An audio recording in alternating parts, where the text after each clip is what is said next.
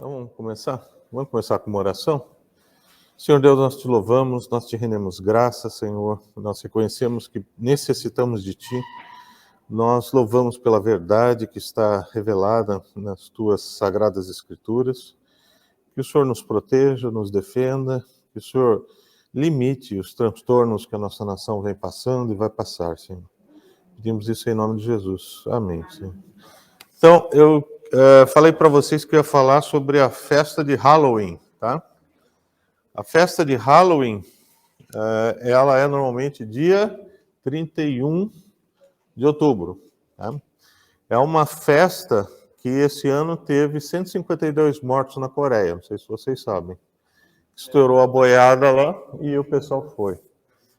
A festa de Halloween significa a festa de todos os espíritos, literalmente a gente traduzindo, é uma festa celta. Os celtas, eles tinham uns cultos bem diferentes e todos eles eram baseados na natureza. E ele era comemorado no dia 31, por quê? Porque é quando começa a ter, as noites ficam mais longas na Europa. Então é o predomínio da noite sobre o dia, o predomínio das trevas sobre a luz. É o oposto do que eles fizeram no Natal. O Natal é quando você tem o predomínio da luz sobre as trevas. É um dia em que os celtas comemoravam, em que eles se comunicavam com os espíritos.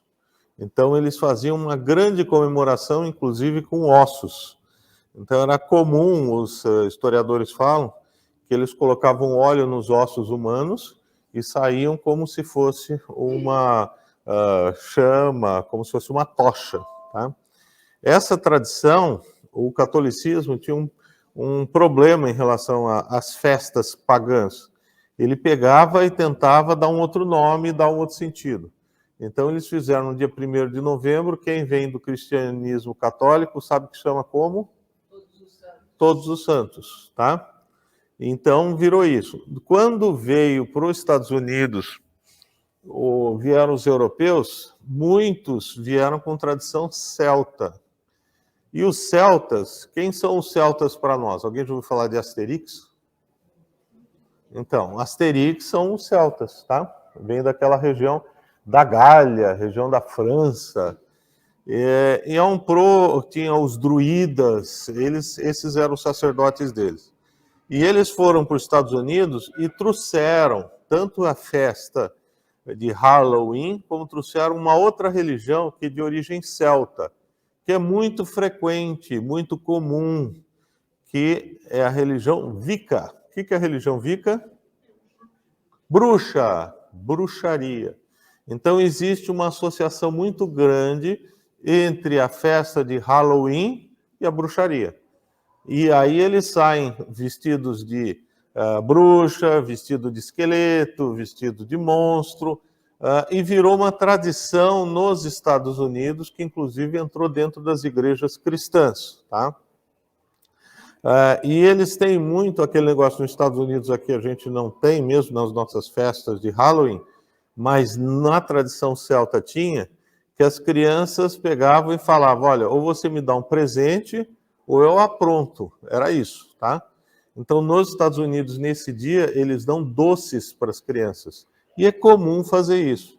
A indústria americana produz 25% de toda a sua produção de doce, bala, chocolate, etc., para o dia de Halloween, para você ver como é uma coisa importante.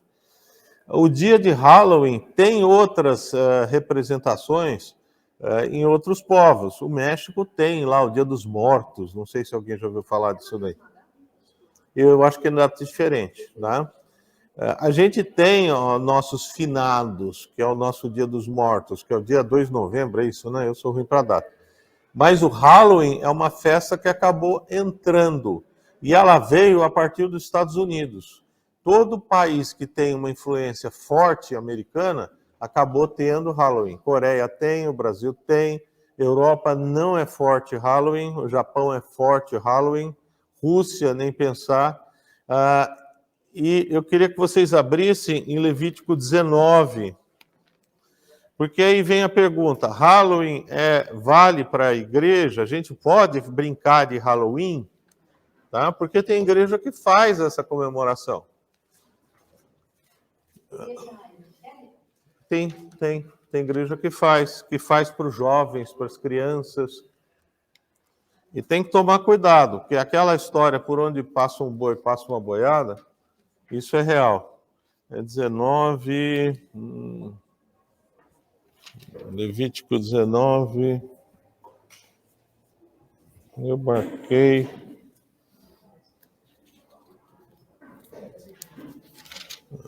19, deixa eu ver, eu marquei aqui.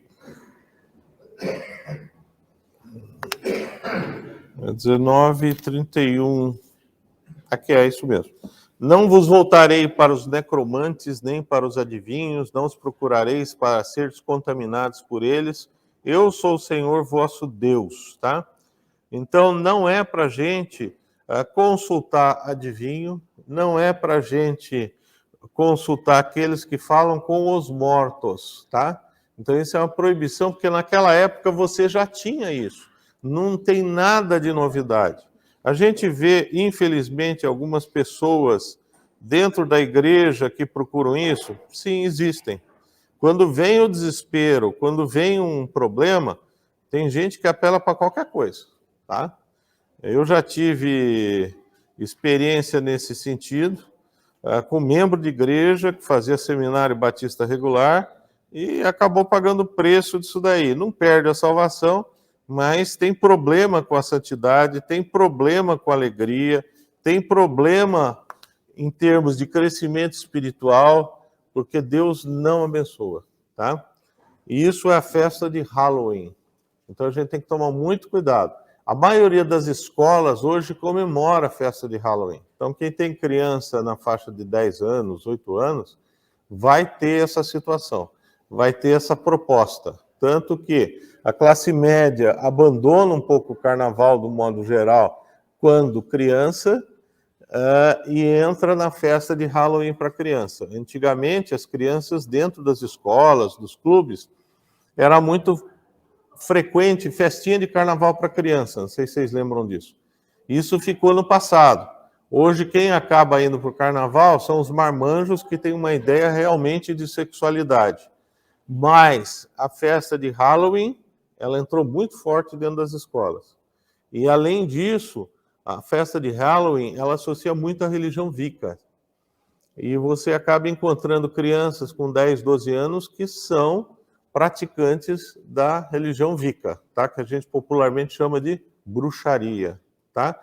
Não tem nada de verruga no nariz, não tem nada de caldeirão, é um outro tipo de visão, é uma religião da natureza que cultura o Deus Sol, a deusa Lua, e tem um forte dom da sexualidade. Paulo Coelho, alguém já ouviu falar dele? Tá? Ele é um bruxo, ele é um seguidor da religião Wicca. E tem muita gente que é seguidor da religião Wicca, tá?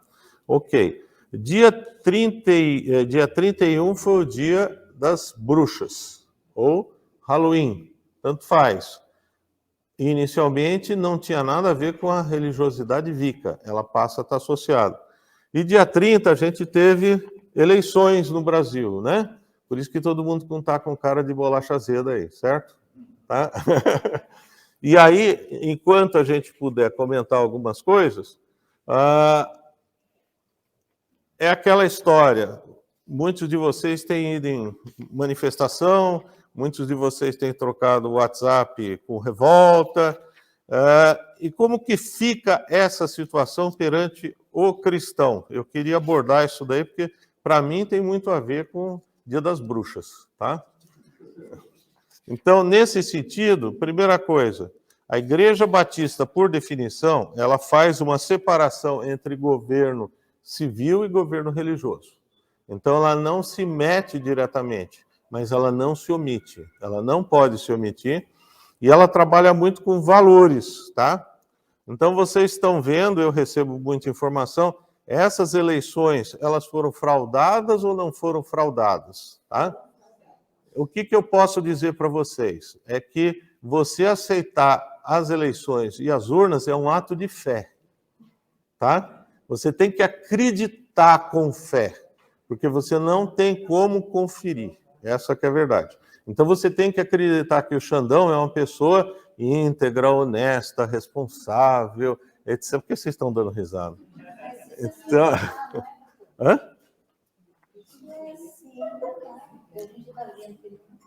Olha, em tese, opinião minha pessoal, não bate a parte estatística, tá? E o povo não está aceitando, então a população não está aceitando. A gente vê que houve um direcionamento a partir de algumas pessoas, tá? E é uma eleição, a eleição tem que convencer quem ganhou e quem perdeu. Você não tem recontagem de votos, você não acredita. Quem foi o primeiro avaliador da urna eletrônica quando ela saiu? Ele avaliou o programa, ele falou que era frágil, era um professor da Unicamp, vocês encontram ele na internet, ele teve que sair do Brasil, ele está num dos países escandinavos, que ele é um especialista em TI. E se alguém tem algum amigo que é especialista em TI, fala que é uma piada a segurança, não, nem tanto das urnas, mas lá da central, lá do computador do IBM, que pode fazer o que bem entender, tá? E quem mexe com estatística, o primeiro turno, alguém... O computador só vai IBM, né, Oracle? A Oracle não é o servidor? É um supercomputador da IBM que eles compraram. Que eu saiba, a Oracle é o banco de dados. O Lucas, que é da área de TI, isso, né? É que ela também ela é a vendedora lá. Tem que falar com ela aqui. O que eu tinha entendido é que eles tinham comprado um supercomputador da IBM e a Oracle é quem fazia o aspecto de banco de dados.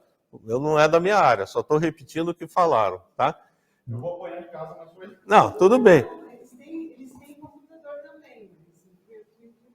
Eu só sei que ninguém discute muito o negócio da fraude na boca da urna quando você está votando, apesar que pode dar. O pessoal discute que é quando você faz a contabilização, tá?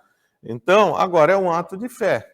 E é estranho você ver uma revolta popular, você vê que as coisas não estão sendo bem aceitas, tá? Agora, o cristão, quais os motivos que a gente pode se posicionar? Vou falar primeiro do ponto de vista formal, depois vou dar algumas passagens bíblicas do que isso interfere com a gente como igreja. O cristão pode se opor por diversas maneiras. Ele pode se opor do ponto de vista ético, tá? Pode se revoltar até pela situação que está sendo criada, porque criou uma situação de conflito, mas o principal que a gente tem que tomar cuidado é quais são os valores que eles estão propondo que são contra o cristianismo. A proposta deles, que é chamado movimento progressista, ele é contra os valores cristãos. Quais são eles? Eles são favoráveis às causas GLBTQIAPN+, tá? O cristão não é favorável à causa, ele é favorável ao acolhimento, a gente tem que amar, a gente não vai perseguir ninguém, mas eles são favoráveis a que isso se torne uma política de Estado, tá? Outra coisa que eles são favoráveis, a teoria de gênero e a ideologia de gênero. Quem não sabe o que é, eles propõem que o menino e a menina, eles não têm uma sexualidade definida socialmente. Eles têm que ser programados para ter uma diversidade de sexualidade. E isso termina com a cirurgia da mudança de sexo. Então, isso daí não tem sentido e é contra o cristianismo. Outro aspecto que eles têm contrário, tá? Eles têm o contrário, o direito ao aborto como controle de natalidade. Isso é contra o cristianismo. Por que eu faço isso? Porque tem uma diferença. Existe aborto terapêutico, que isso a gente não pode ser contra. Agora, como controle de natalidade é um negócio meio complicado. Outra coisa que eles têm na pauta deles, que é anticristã, a descriminalização do uso de drogas. Tá? Significa o quê? Que você pode utilizar drogas. Tá? Isso cria um problema. Quando foi feita a proposta de descriminalização de drogas, a gente deve parar de punir o viciado e combater o traficante. Joia, não tem problema nenhum. Racionalmente, até legal. Só tem um problema, tá? O que você cria quando você descriminaliza ou autoriza a droga? Então, isso vale para alguns países que colocam uma semana de uso de drogas, gramas. Eles te pegam, se tiver com 15 dias de uso de cocaína, não tem problema, porque você não é classificado como traficante. O problema que cria isso já está bem documentado, é que você cria morador de rua e pequenos crimes. Então a gente vê no Brasil, hoje a polícia não prende mais ninguém que usa crack na rua, só olhar no bairro, tá? Los Angeles tem 25% de morador de rua. Então você começa a criar uma marginalidade quando você libera o uso de drogas. E eles coíbem o tráfico de drogas. Se você aumenta o consumo, você aumenta o tráfico. Então é isso que está acontecendo. Então não foi uma solução, tá? Isso é a descriminalização de drogas. E eles têm um item que a maioria não sabe o que é, eu também não sabia, que chama criminologia crítica. Tá? O que é isso? Às vezes eles falam umas coisas e a gente não entende. Então teve uma frase que foi falada, pode roubar o celular para tomar uma cervejinha. Escutaram isso? Tá? E teve um que foi preso no Pará e declarou para o delegado. Mas não pode? Ele colocou isso no boletim de ocorrência. E a brincadeira na internet, que o boletim de ocorrência circulou, é que só vai poder a partir de 1º de janeiro. O que é a criminologia crítica, ou teoria criminal crítica? Dentro da linha progressista, eles se chamam de progressistas, eles adotam essas ideias que vêm do ambiente universitário e colocam o seguinte: nas cadeias americanas, isso vem dos Estados Unidos, os 350 mil presos, 90% é negro, e desses 90%, a maioria tem baixa escolaridade. Branco, de média e alta escolaridade, tem pouco. Então, existe uma discriminação dentro das prisões. Só se prende preto e pobre. Já ouviram falar isso, né? Tá? Vamos resolver isso, pessoal. Quais são os crimes que eles cometem? São esses.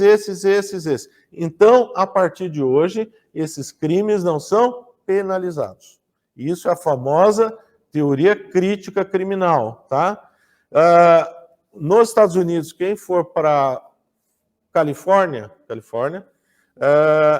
e tiver com a documentação em ordem, pode entrar numa loja e roubar até $900, tá? Por quê? Porque lá eles colocaram que só vai para a cadeia se roubar mais de $900. O que eu estou falando não é invenção da minha parte, não. Tá? Tem um monte de vídeo aí, os caras entrando na loja de roupa, olhando a etiqueta, colocando, olhando, e o cara não pode fazer nada. Só pode chamar o seguro e colocar que foi roubado. Tá? Então, essa história de pode roubar o celular para tomar cervejinha, isso faz parte da teoria crítica que está dentro desse pacote. Tá? Isso é o pacote que eles chamam movimento progressista. Esse movimento progressista é o movimento universitário americano. E vem dos Estados Unidos para a América Latina. A gente não vê isso na Rússia, na China, no Japão, na Coreia. Tá? Então se preparem, por quê? Porque essas situações, não roubarás, não é história não roubarás por volume, por quantidade. É um conceito absoluto. Vocês não estão sabendo, vocês podem procurar.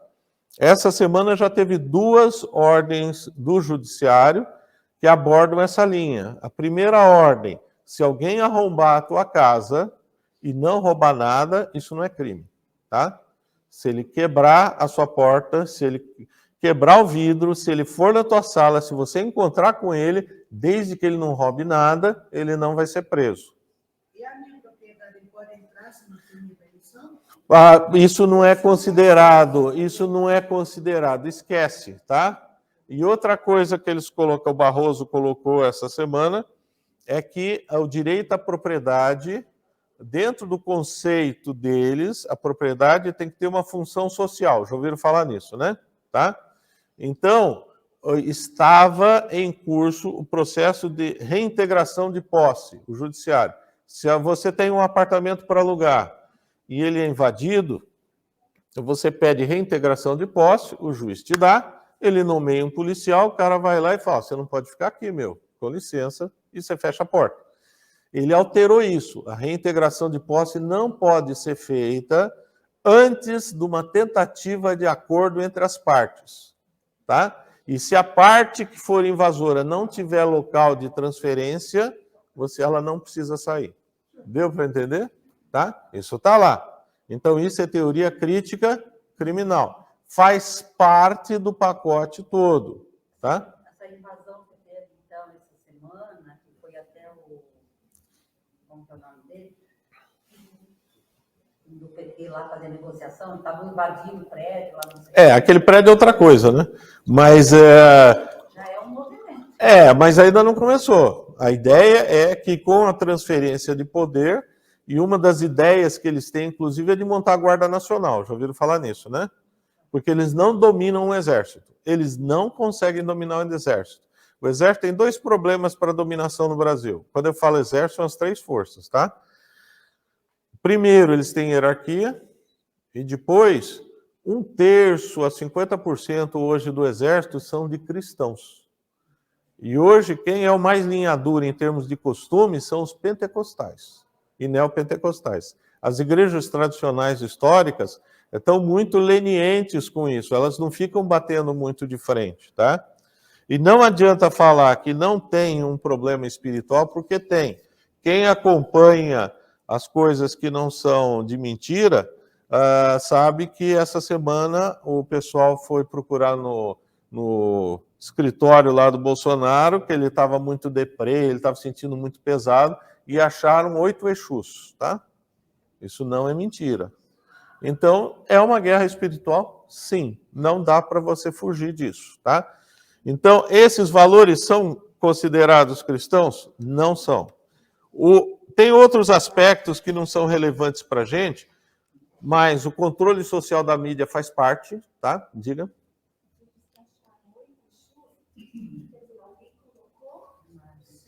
Sim. Colocaram 8 Exus, tá? São imagens. Até tem a descrição. Quem quiser acha isso daí. Quem comentou isso daí foi aquele da Jovem Pan, que é católico, que é praticante, José Maria Trindade. Tá? Ele comentou porque ele tem acesso, ele tem livre acesso. Ele falou, olha, o negócio está muito pesado. Tá? Então, a gente está vivendo isso. Não adianta você fugir, porque a gente vai enfrentar isso. Outro aspecto que faz parte é o controle social da mídia. A gente está tendo controle social da mídia? E como? Tá? O controle social da mídia é um processo de isolamento do pensamento. Tá? Então, a mídia social rompeu o absolutismo de Estado e das grandes empresas de comunicação.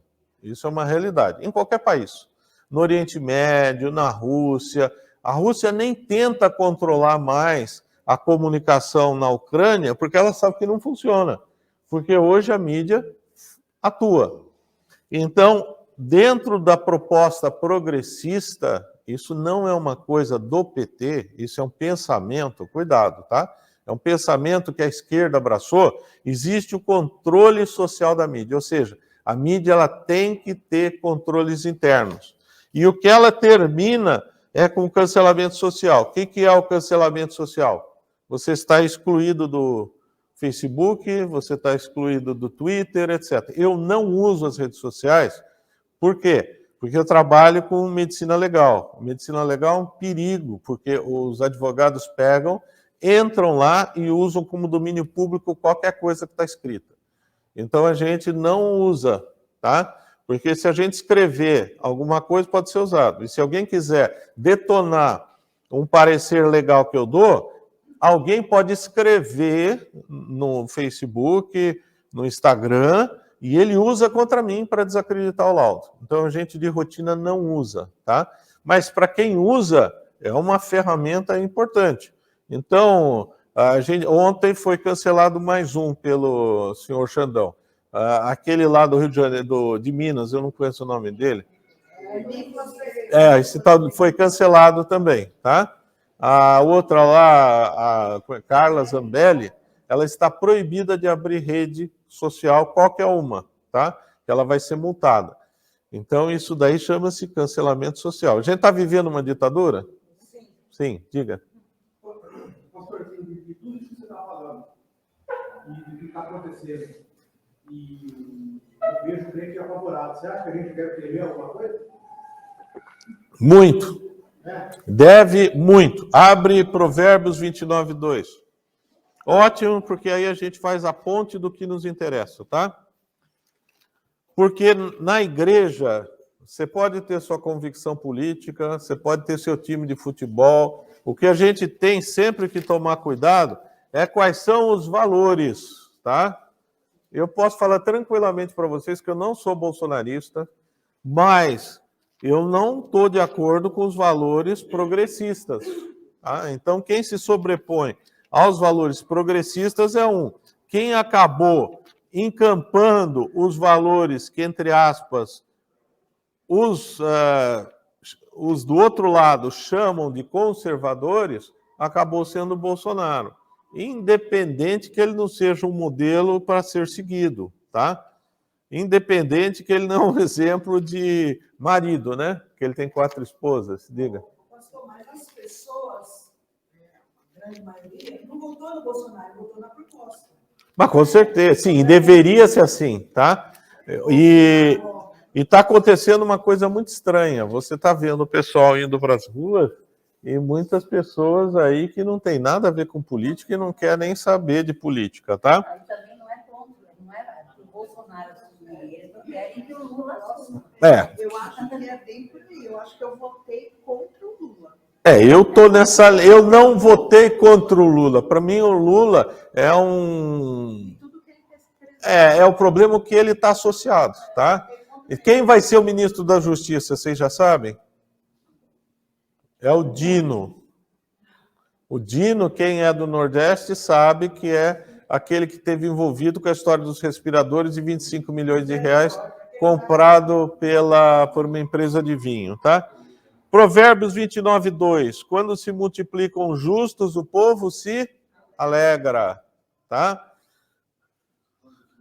Quando, porém, domina o perverso, o povo suspira. Então, a ideia de que a gente precisa ter paz no governo, a gente não vai ter. Eu estou, assim, eu gosto de ciência política, leio história, recomendo que vocês façam. A situação que está montada é uma situação de conflito permanente, tá? Por quê? Porque a gente está vendo o pessoal indo para as ruas, está se falando agora para valer um fechamento das rodovias, para valer a partir de amanhã, tá? E se isso acontece, o povo vai sofrer? Vai sofrer, tá? E se não fizer nada, vai sofrer? Vai sofrer. Vai sofrer de qualquer jeito. E o grande problema é qual é o limite de revolta da população. A gente se indigna quando existe injustiça? Abre 1 Coríntios 13, 6 e 7. E alguém que achar pode ler. 1 Coríntios, capítulo 13, se eu marquei certo a referência. 6 e 7. Não se alegra com a injustiça, mas regozija-se com a verdade. Tudo sofre, tudo crê, tudo espera, tudo suporta.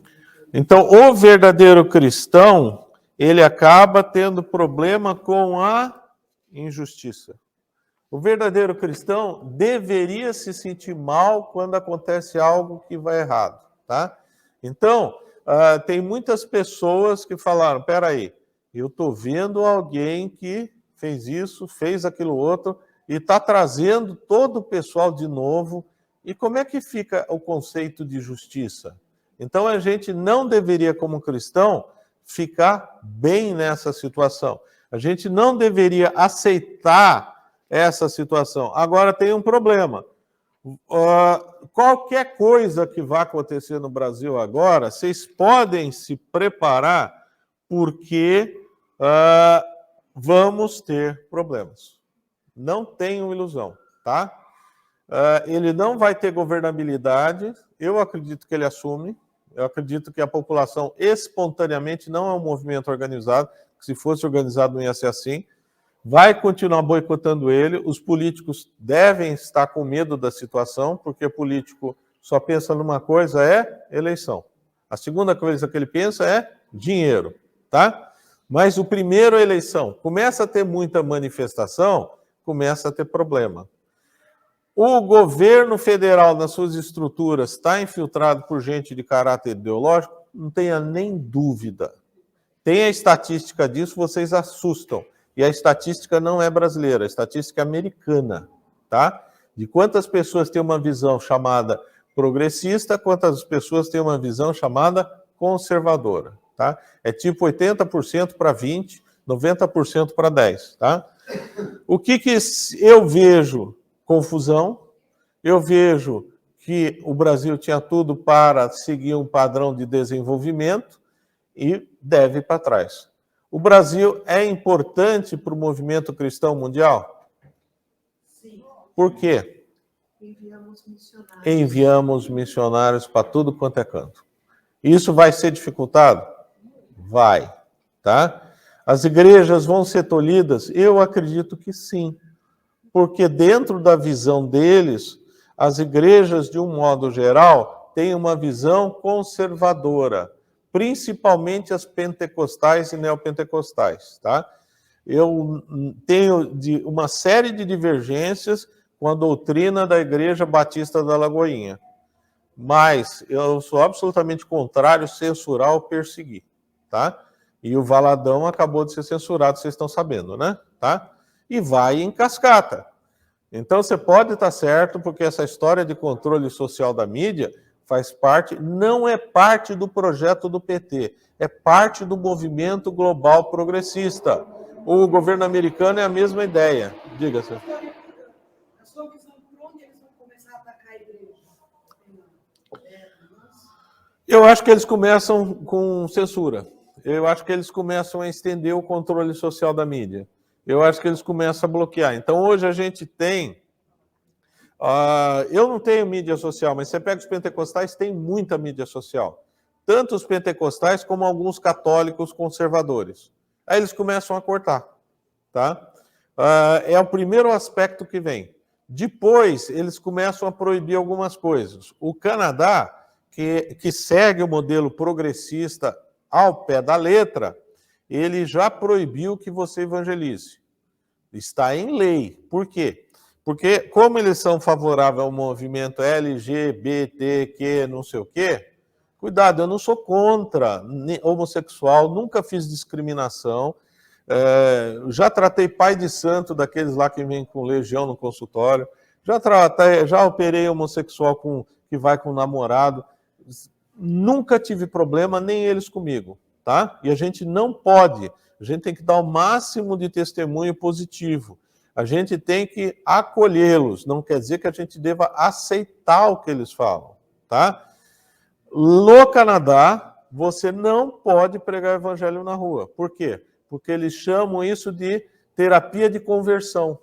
Porque eles comprovaram em lei que o cristianismo fala que o homossexual tem que abandonar a homossexualidade, tá? Dentro do nosso conceito moral, isso é o correto. Agora, nós temos aqui na igreja 2 casais, são 4, 2 e 2, de homossexuais que eles vêm na igreja aqui todo domingo. Vocês já viram isso, não viram? Não viram? Tá? Eu vi. Ah, é? Alguém foi lá e bateu boca com ele? E se bater boca com ele, eu vou lá e vou dar um tapa. Tá? Porque não pode, não tem como. Tá? A gente não pode fazer isso. E não tem nada a ver com método de repressão, porque esse é o correto. Tá? E aí, eles vão deixar de ser homossexual? Eu não sei. Tem algo a ver comigo? Tem, sim. Eu tenho que dar um bom testemunho para eles. Tem que acolhê-los bem. Se ele perguntar, eu vou falar assim, olha, dentro do projeto de Deus, isso não é o melhor para a tua vida, mas é uma questão sua. Tá? Diga. Você falou aí da lei do Canadá, e aí eu fiquei lembrando aqui, eu fiz um curso lá uma vez, fiquei 3 meses lá. E como um bom cristão, procurei uma igreja batista para frequentar durante os 3 meses. E calhou do meu último encontro ser exatamente na semana do Halloween. Aí eu pensei, o que eles vão falar sobre o Halloween? Cheguei na igreja, a igreja estava toda cheia de abóbora. Eu falei, meu Deus! Os crentes daqui, eles fazem a festa de Halloween. Aí chega e vira essa coisa aí, já está proibido. Esse é o problema. Então a gente tem que cuidado, porque a gente tem que manter as nossas convicções cristãs firmes. Aí vem a pergunta: pode ir para a passeata?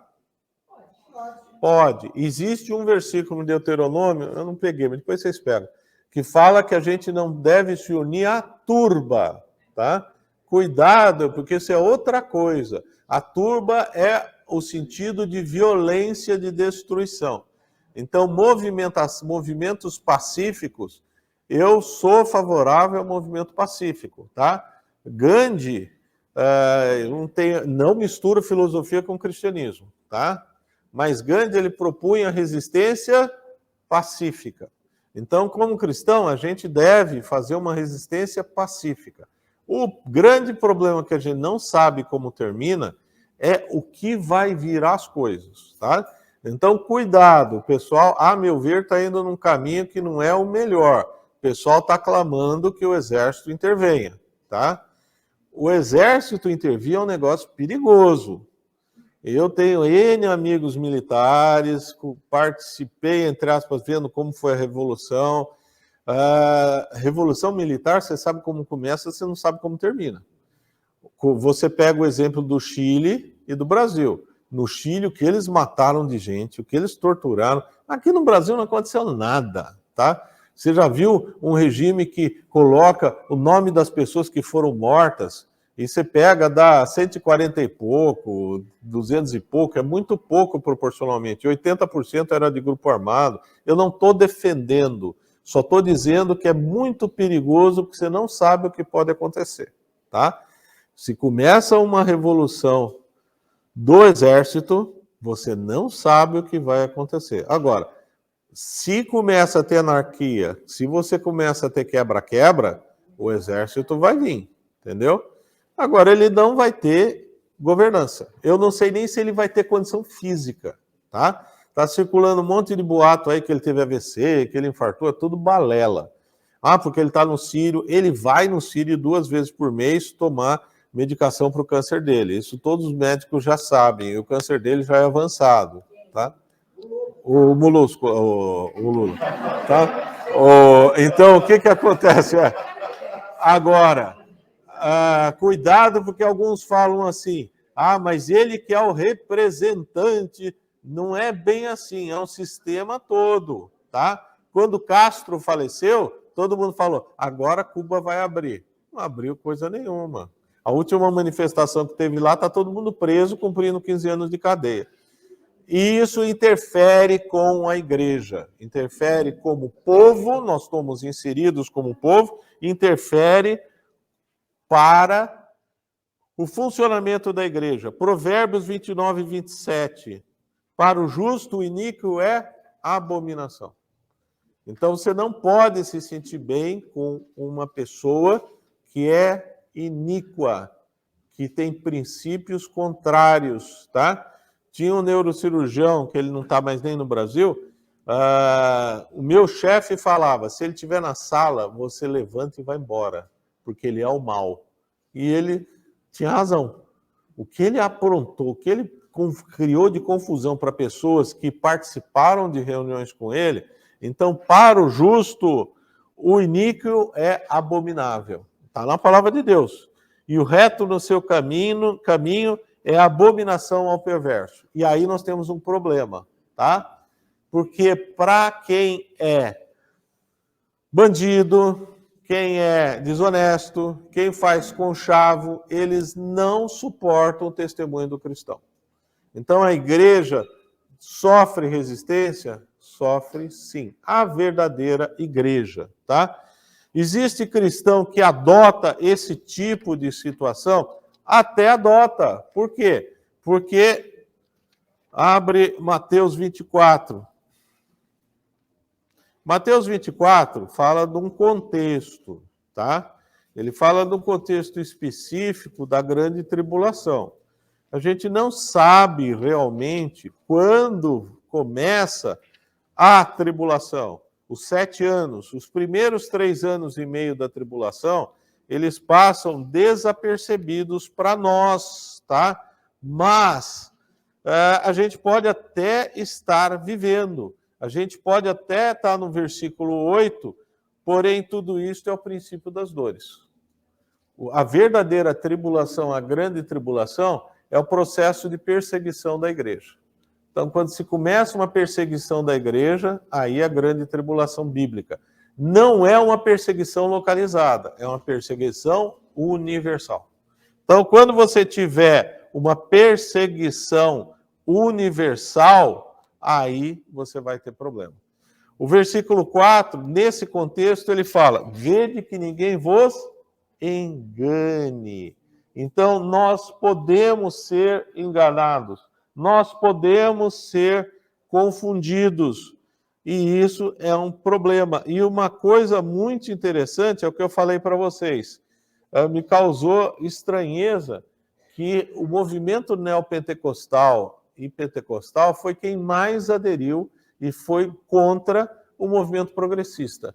O metodista, presbiteriano, batista rachou. É metade e metade. Católico é totalmente favorável ao movimento progressista, tá? Então hoje a gente tem igreja batista gay. Tinha uma na Jesuíno Maciel, depois se alguém quiser eu dou o endereço, tá? Mas eu acho que já mudou, tá? Ok. Dentro do capítulo 24, se alguém achar onde está, fala que muitos serão enganados, tá? Está aí no capítulo 24. É o 5, fala... ótimo, ótimo.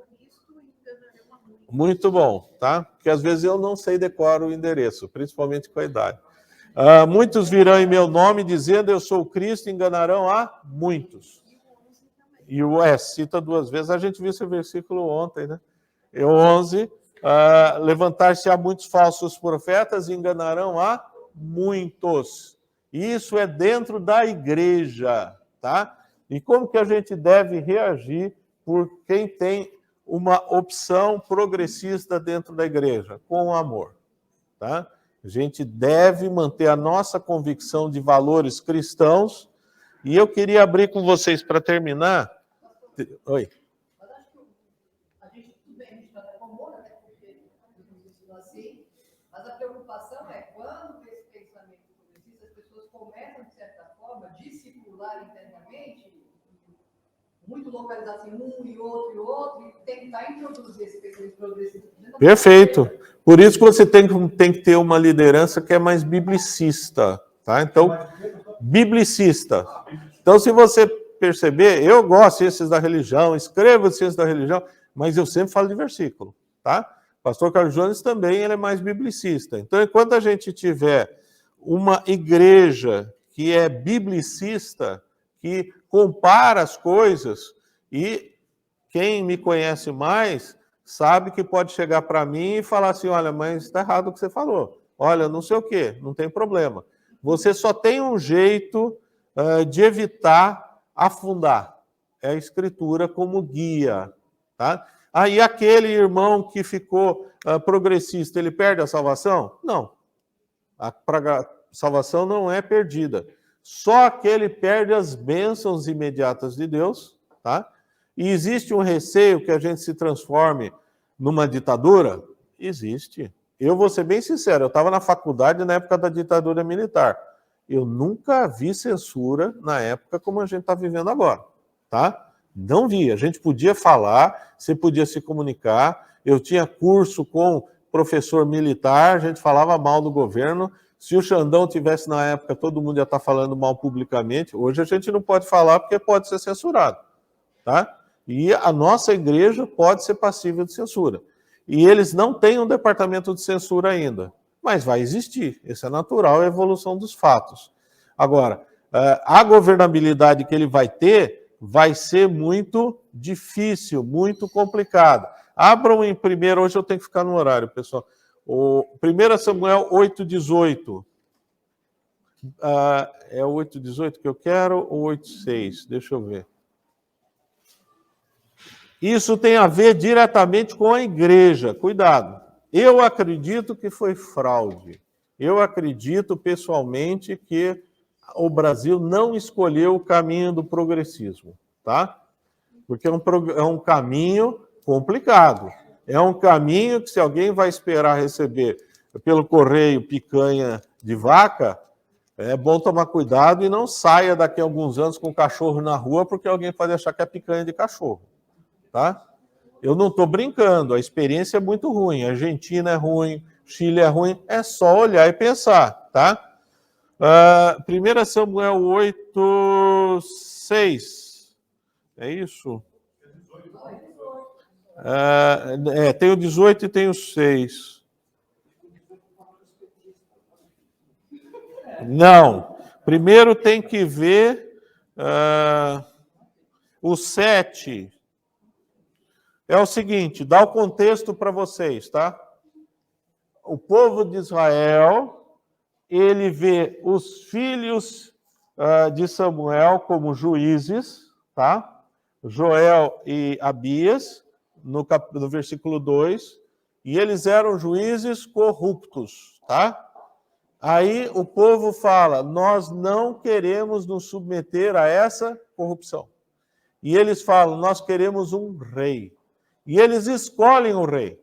Quais os valores que eles escolhem como rei? O bonito, de família rica, mais charmoso, mais poderoso. Ó que escolha legal, hein? Tá? E com 9 dedos. Tá?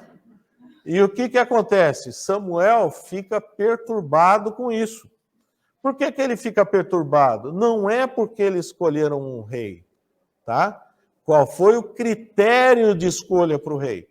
Tanto que, em paralelo, Samuel vai e escolhe um modelo de rei, que é Davi. Que é alguém que se aproxima de Deus. Que é alguém que, apesar de ser mulherengo, fazer as besteiras dele, é temente a Deus. Saul não é temente a Deus. Saul faz as coisas da cabeça dele e não está nem aí depois, tá? Então, o que acontece? Versículo 7. Disse o Senhor a Samuel, atende a voz do povo. O povo vai lá e democraticamente votou por Saul, tá? Pois não te rejeitou a ti, mas a mim, para eu não reinar sobre ele. Então, um povo que escolhe um regime político que é progressista, está fazendo uma escolha de valores que não são cristãos, tá? Todo mundo está de acordo com isso? Alguém acha que os valores progressistas são cristãos? Não são, tá? Agora, o problema que a gente tem é o versículo 18. E quando tiver problema, quando tiver crise, quando tiver desastre, porque o modelo, olha, pensa um pouquinho, pessoal, o modelo progressista é usado na Rússia? Não. É usado na China? Não. Ué, eles não eram comunistas? Não eram de esquerda? Porque não funcionou. Aonde que está funcionando? Argentina, Chile, Peru, Cuba, Bolívia, todos os países que têm um desenvolvimento econômico fantástico. Nós vamos mudar para Cuba, alguém quer? Lá não tem nem luz, tá? Então não funciona. Aí, quando tiver um problema, então naquele dia clamareis por causa do vosso rei que houverdes escolhido, mas o Senhor não vos ouvirá naquele dia. Eu, particularmente, acho que o Brasil não escolheu o caminho progressista. Não estou nem falando o nome do molusco. Estou falando são os valores, tá? Porque o Bolsonaro, como pessoa, eu acho uma ótima pessoa para conversar. Eu conheci ele. Seria o candidato ideal? Eu acho que a maioria concordaria que não. Mas é quem fez uma opção entre um pensamento conservador e um pensamento liberal, tá? Ok. Se a igreja cair nisso, nós vamos ter problema. É um momento que a igreja tem que orar como nunca. Em primeiro lugar, não pode ficar passiva. Agora, eu não sei o que vai acontecer. Nós podemos ter até luta armada no Brasil? Podemos sim. Não está afastado. Lembra que ficou o Nordeste votou nele, e o Sul e o Norte, Sul, do Oeste sul, eu consigo terminar, e o norte não voltou. O que parece é que a Rondônia está parado, tá? Outra coisa, como a mídia é progressista, ela não anuncia, mas parece que Rondônia parou de novo, tá? E os índios estão revoltados. Os índios não estão aceitando. Por quê?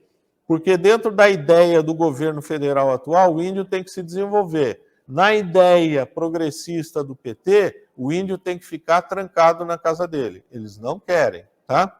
Abram 2 Crônica 7,14, aí a gente termina, se alguém tiver alguma pergunta. Eu não quero falar de política com vocês, eu quero falar de vocês de valores. Confrontem os valores. Cuidado, porque nós estamos numa situação que pode se tornar muito complicada, tá? O pessoal que não é cristão está ficando revoltado, isso que é muito interessante. E essa semana a gente não sabe se vai ter greve ou não, porque não é movimento organizado. Eles têm um medo tremendo de movimento organizado, e pode acontecer. Você pode começar as pessoas se unirem, pessoas começarem a juntar dinheiro, começar a ter estratégia, e a gente vai ter problema. Alguém achou 2 Crônica 7,14? No meu povo que se chama pelo meu nome, se humilhar e orar, buscar a minha paz, e se afastar de seus maus caminhos, do céu ouvirei, perdoarei seu pecado, curarei a sua terra. Então, eu acho que é um momento crítico. Eu escutei, infelizmente, uma pessoa falar assim, mas é tão bom que isso esteja acontecendo, porque isso mostra que o anticristo está voltando. É um período de sofrimento. O período da tribulação é período de sofrimento.